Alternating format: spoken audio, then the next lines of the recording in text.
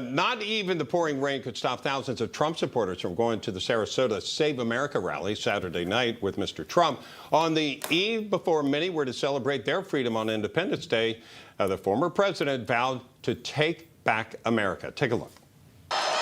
Together we will take back the House, we will take back the Senate, and we will take back America. We're not going to let this happen.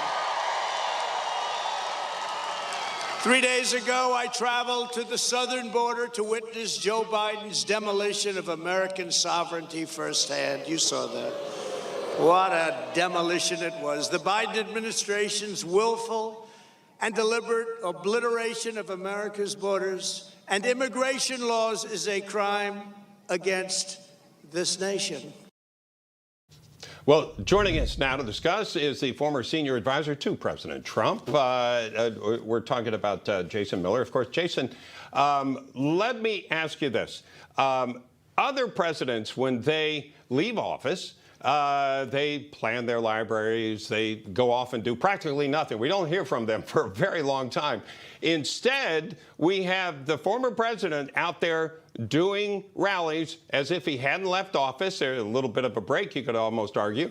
But what's this about? What's he trying to do? Well, Bob Amanda, good morning. Great to be back on Newsmax this day after the 4th of July.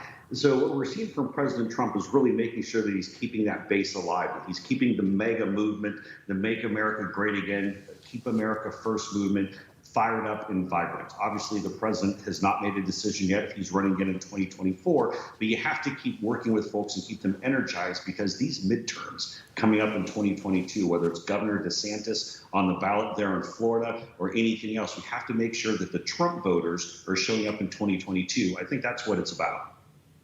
Yeah, I mean, what is it? What are you seeing among his base support in those rallies that indicate something that's significant to you politically? The reason I ask it that way is you could argue that since the midterms aren't for another year and a half, that you wouldn't get involved. But we know the president is going to be very involved in the Republican primaries.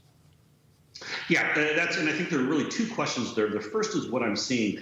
In a lot of ways, there's certain things about 1994 when we had the Republican Revolution led by Newt Gingrich and others, where we saw the Democrats overreach so far in the first 2 years of that Clinton presidency with everything from the way that they were embracing all these liberal policies to Obamacare, or excuse me, to Hillary Care, I should say, sorry, the precursor to Obamacare. But we're seeing that here with the way Democrats, including Kamala Harris, are embracing wokeism, the way that they're critical race theory, the crisis of the southern border, the hyperinflation crisis. So there's a lot of parallels, I think, to 1994 that we're seeing, but also specific to the candidates in places where President Trump is getting involved. Look, we're in primary season. Primaries come up before the general. So we want to make sure that we elect as many mega conservatives as possible. And then as we get to the general election, then there will be a lot more different folks to help out.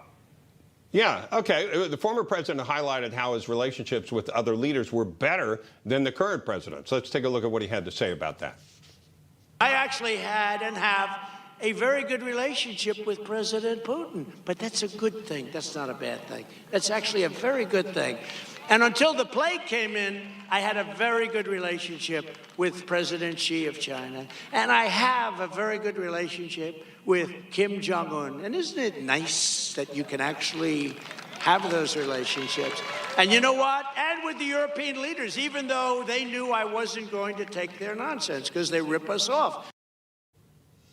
Yeah, that not take their nonsense is what a lot of people consider America first. And there are a lot of folks out there, Jason, that argue that President Biden is not thinking of America first. No, he's not. And in fact, one of the things, the relationship, sometimes the relationship can be defined as the chummy, I really like this guy, we can work together. Say Shinzo Abe from Japan.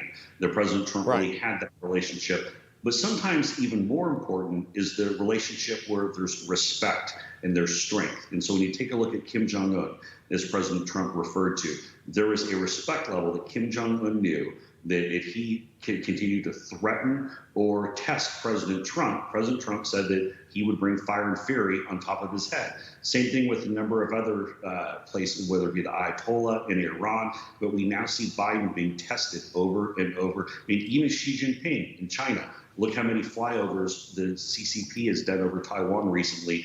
Foreign leaders do not respect Joe Biden. Yeah. Jason, I'd be remiss if I didn't mention the indictments against CFO of the Trump organization and the organization itself, some things. How do you think this all plays out? I mean, even the president, former president himself, mentioned it in his speeches. But how do you think this plays out? I think it probably plays out the same way that the Steele dossier or the Mueller Russia investigation or impeachment hoax #1 or impeachment hoax #2. It's the continual witch hunt that they will keep going after President Trump through 2024. To be clear, they are never going to stop with this. The fact that Letitia James and Cy Vance, the DA here in New York, where I am, which, by the way, good morning to everybody except Cy Vance and his team of angry Democrats, spent tens of millions of dollars in years going after President Trump. Remember, Letitia James promised when she ran in 2018 that she would get Trump. And all they had to show for it is Alan Weisselberg, the Trump Corporation CFO, who may or may not have not reported on his taxes some free parking benefits, which, by the way, these are benefits that every major company in America will offer. I think that is a massive face plant. I think it's egg on the face for these Democrats who said they were going to get Trump, and it turned out they have nothing. Okay. Jason, I wasn't sure. I wanted to say happy 4th. It's not the 4th, but I guess we can still say happy Independence Day because it is the national holiday, right? Absolutely, and that's one of the things we're in launching GETTR, our brand new social media platform yesterday. Not only was it Independence Day for the country, but it was independence from the big tech oligarchs and the social media overlords. Come check out GETTR, the brand new social media platform where you will not be censored, you will not be deplatformed for sharing your political beliefs. And also critical in this, Newsmax is already signed up and has a very active account. You'll see a lot of breaking news content from Newsmax on the GETTR platform. So if you're wondering, and that is GETTR, by the way, folks, GETTR. Thank you so much, Jason Miller. Thank you, sir. Hey, I'm Rob Finnerty. Thanks for watching. If you enjoyed this video, please join the conversation in the comments below. Don't forget to subscribe, too. Hit the bell icon to be alerted to breaking news. And remember, there's a whole lot more on Newsmax TV, America's fastest growing cable news network. Newsmax TV, we're real news for real people.